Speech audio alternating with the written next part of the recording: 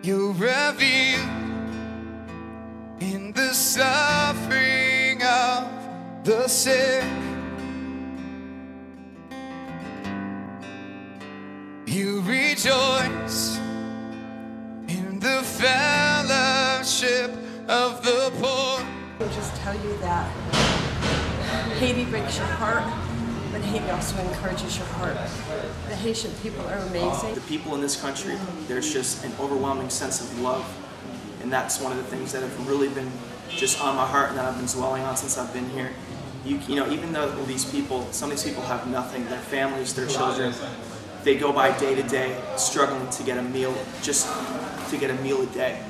You know, we were talking to a pregnant woman in the village of Quadabuque, and she was telling us how hard it was for herself and her family just to get even one meal.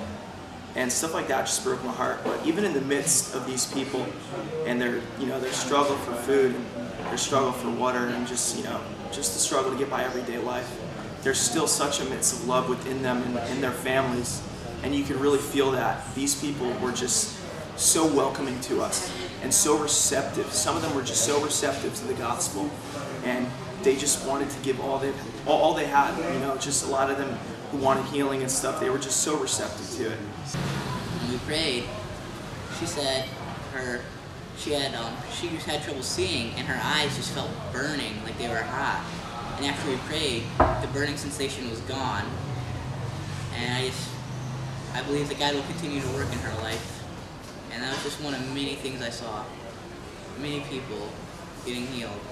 It was just awesome to see. We were ministering in a tent city, which, to be honest, is one of the poorest places that I maybe have ever seen in my life.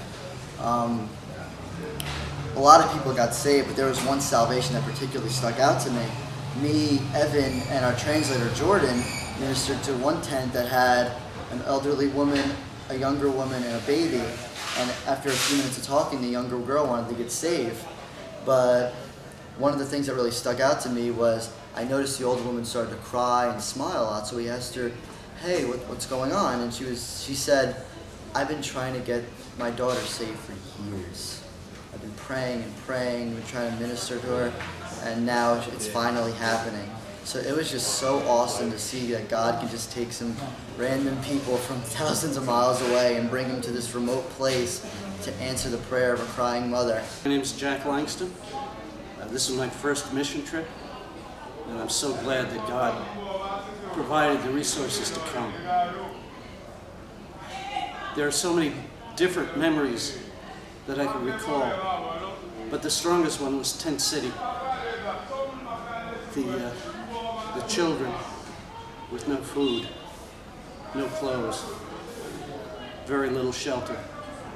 It's unbelievable. That's going to remain with me for a long time until I see something that's more abject poverty than that. But it's not the last trip, I can tell you that.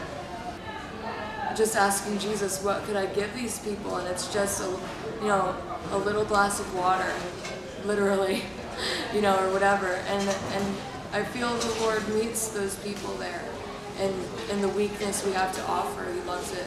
And when we went to Tent City, we went all the way back through all the huts, and they weren't much better than the tents, really.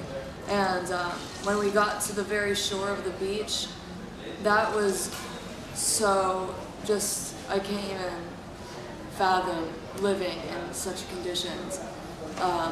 The garbage just goes downstream all the way to the shoreline, and it looks like a dump right on the shore of a beautiful beach, but just a dump.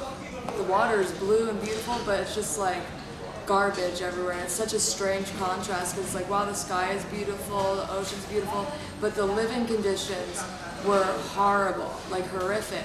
And these people just mothering children and sticking together with jobless, just for looking for a bite to eat every day, living on this shore. It was like, I couldn't even fathom it. And one of the things which was so interesting was, like, the poor was teaching me a lot about about their understanding of God, really, because I've seen more depressed people in New Jersey than I've seen on the shoreline of that thing. It was bizarre. They weren't complaining, they were just living. And like, for example, there were these two children having fun, playing, finding fish. And I was like, don't you understand that you're living in a dump? And I don't want to like say that to them, so I don't, but it just blows my mind, you know what I mean?